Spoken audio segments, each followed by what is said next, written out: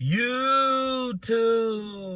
What's good, guys? It's your boy TD, and I'm back again with another video from Fantasy Good Sports, guys. And today's video is going to be on 5 rookie running backs that I am targeting in redraft leagues and also in dynasty startups for rookies. So, guys, make sure you hit the like button and subscribe to this channel. This is cutting edge content. I said what I said. This is cutting edge content. Also, guys, the draft guide is dropping right after the rookie drafts, so make sure you cop that, $24.99. And also, guys, get ready for the Phenom model that is coming out. That's going to be part of a Patreon. So let's begin.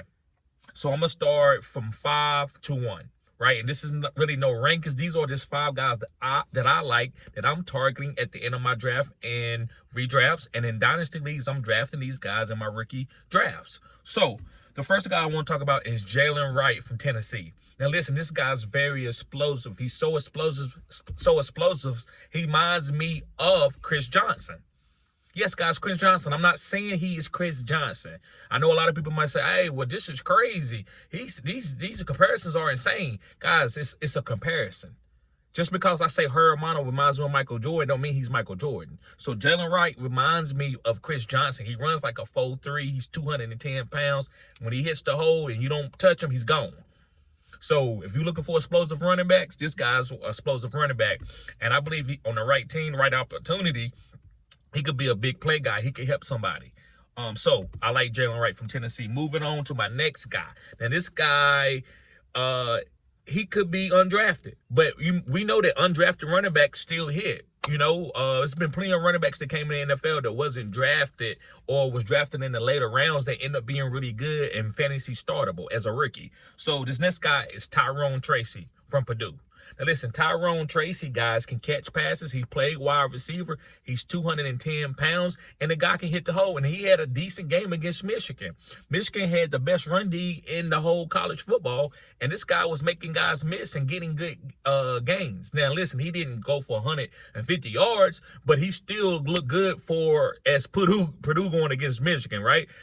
Michigan had their way with Purdue. So I love Tyrone Tracy, guys.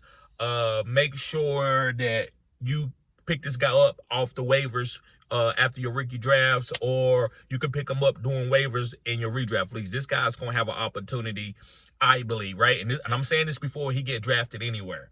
All right, moving on to my next guy. This guy is Isaac Guerendo, the player from Louisville, the running back. Now, listen, he was in a split backfield, but this guy is 220 pounds and can move. He reminds me of Jonathan Taylor, not just because he light skinned, right? But he can move, right?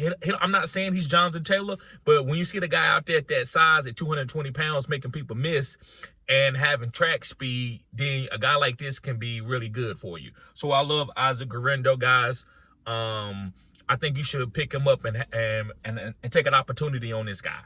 I believe if he goes to the right team, he can play, right? Or he could be a committee.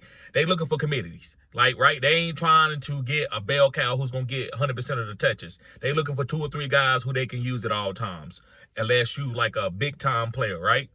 So I got 2 more other guys. The next guy is going to be Blake Corum from Michigan. Now, listen, this guy reminds me of Emmitt Smith. I'm not saying he's Emmitt Smith, but he reminds me of Emmitt Smith. He got good feet. He's smaller. He's like 205 pounds.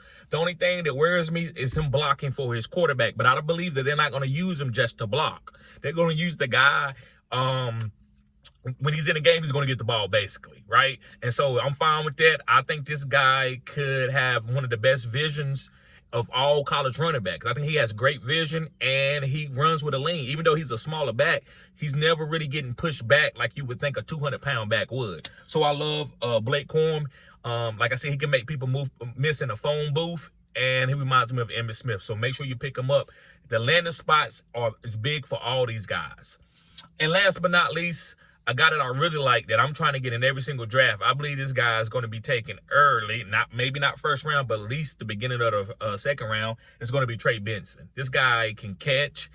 He can run between the tackles. He reminds me of Edgerrin James, the running back from Miami. And I'm not saying he's Edgerrin James, but his statue and everything else reminds me of Edgerrin James. I believe this guy could come in and start right away and have 700 to 800 yards in the NFL season. I really believe in this guy. So guys, make sure if you are looking for some young running backs that you can pick up at the end of your draft, because we all know that running backs come a dime a dozen and running backs get hurt, and we're looking for a guy who can take over from an older guy. I believe these 5 guys can do that, right? We know Zamir White right now is the starting running back for the Raiders, but who knows? One of these guys could get drafted there and they split, right?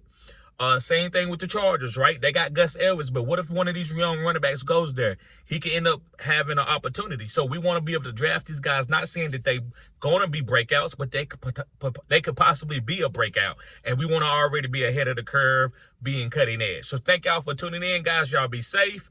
Peace.